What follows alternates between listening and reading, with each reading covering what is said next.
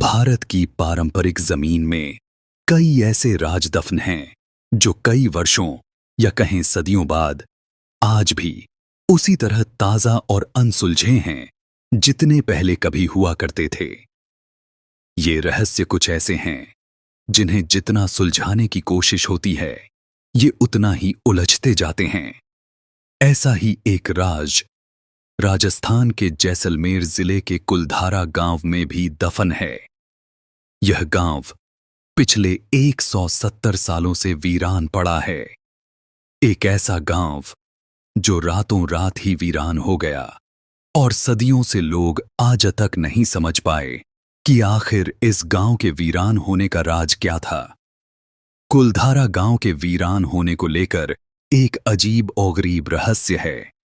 दरअसल कुलधारा की कहानी शुरू हुई थी आज से करीब 200 साल पहले, जब कुलधारा खंडहर नहीं था बल्कि आसपास के 84 गांव पालीवाल ब्राह्मणों से आबाद हुआ करते थे। लेकिन फिर जैसे कुलधारा को किसी की बुरी नजर लग गई। वो शख्स था रियासत का दीवान सालम सिंह, अय्याश दीवान सालम सिंह, जिसकी गंदी नजर कुलधारा गांव की एक खूबसूरत लड़की पर पड़ गई थी। दीवान उस लड़की के पीछे इस कदर पागल था कि बस किसी तरह से उसे पा लेना चाहता था। उसने इसके लिए ब्राह्मणों पर दबाव बनाना शुरू कर दिया। हद तो तब हो गई कि जब सत्ता के मद में चूर उस दीवान ने लड़की के घर संदेश भिजवाया कि यदि अगले पूर्णमासी तक उसे लड़की नहीं मिली तो वह गांव पर हमला करके लड़की को उठा ले जाएगा। दीवान और गांव वालों की ये लड़ाई अब एक कुंवारी लड़की के सम्मान की भी थी और गांव के आत्मसम्मान की भी। गांव की चौपाल पर पालीवाल ब्राह्मणों की बैठक हुई और 5000 से ज्यादा परिवारों ने अपने सम्मान के लिए रियासत छोड़ने का फैसला ले लिया। कहा जाता है कि निर्णय लेने के लिए सभी 84 गांव वाले एक मंदिर पर इकट्ठा हो गए और पंचायतों ने फैसला किया कि कुछ भी हो जाए अपनी लड़की उस दीवान को नहीं देंगे। अगली शाम कुलधरा कुछ यूं वीरान हुआ कि आज परिंदे भी उस गांव की सरहदों में दाखिल नहीं होते। कहते हैं गांव छोड़ते वक्त उन ब्राह्मणों ने इस जगह को श्राप दिया था।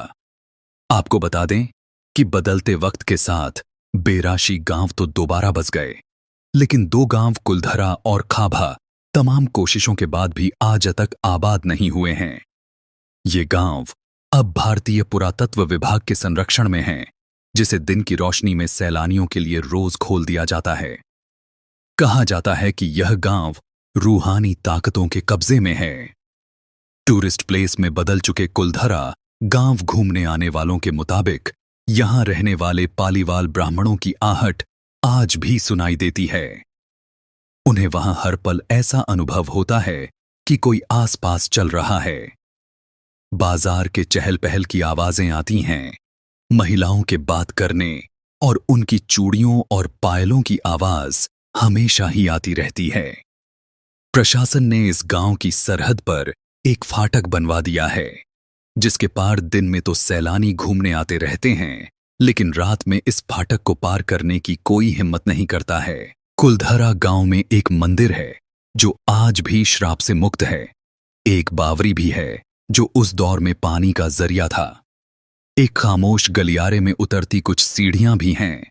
कहते हैं शाम ढलते के बाद अक्सर यहां कुछ आवाजें सुनाई देती हैं। लोग मानते हैं कि वो आवाज 18वीं सदी का वो दर्द है जिनसे पालीवाल ब्राह्मण गुजरे थे। गांव के कुछ मकान हैं जहां रहस्यमय परछाई अक्सर नजरों के सामने आ जाती है।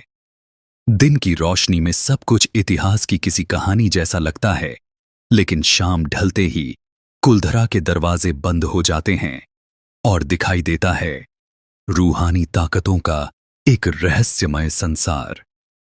लोग कहते हैं कि रात के वक्त यहां जो भी आया वो हादसे का शिकार हो गया। मई 2013 में दिल्ली से भूत प्रेत व आत्माओं पर रिसर्च करने वाली पैरानॉर्मल सोसाइटी की टीम ने कुलधरा गांव में रात बिताई। टीम ने माना कि यहां कुछ न कुछ असामान्य जरूर है। शाम के वक्त उनका ड्रोन कैमरा आसमान से गांव की तस्वीरें ले रहा था, लेकिन उस बावड़ी के ऊपर आते ही वो कैमरा हवा में गोते लगाता हुआ जमीन पर आ गिरा, जैसे कोई था जिसे वो कैमरा मंजूर न हो। ये सच है कि कुलधरा से हजारों परिवारों का पलायन हुआ। ये भी सच है कि कुलधरा में आज भी राजस्थानी संस्कृति की झलक मिलती है।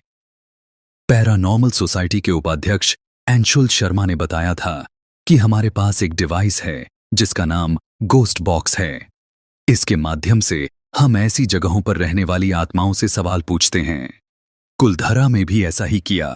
जहां कुछ आवाजें आईं तो कहीं असामान्य रूप से आत्माओं ने अपने नाम भी बताए।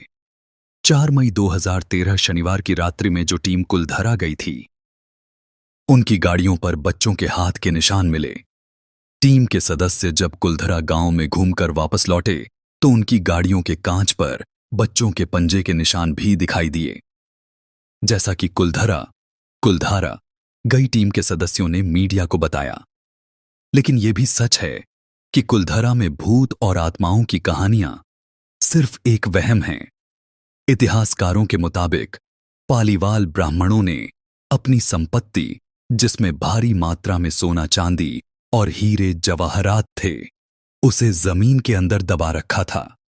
यही वजह है कि जो कोई भी यहां आता है वह जगह जगह खुदाई करने लग जाता है, इस उम्मीद से कि शायद वह सोना उनके हाथ लग जाए।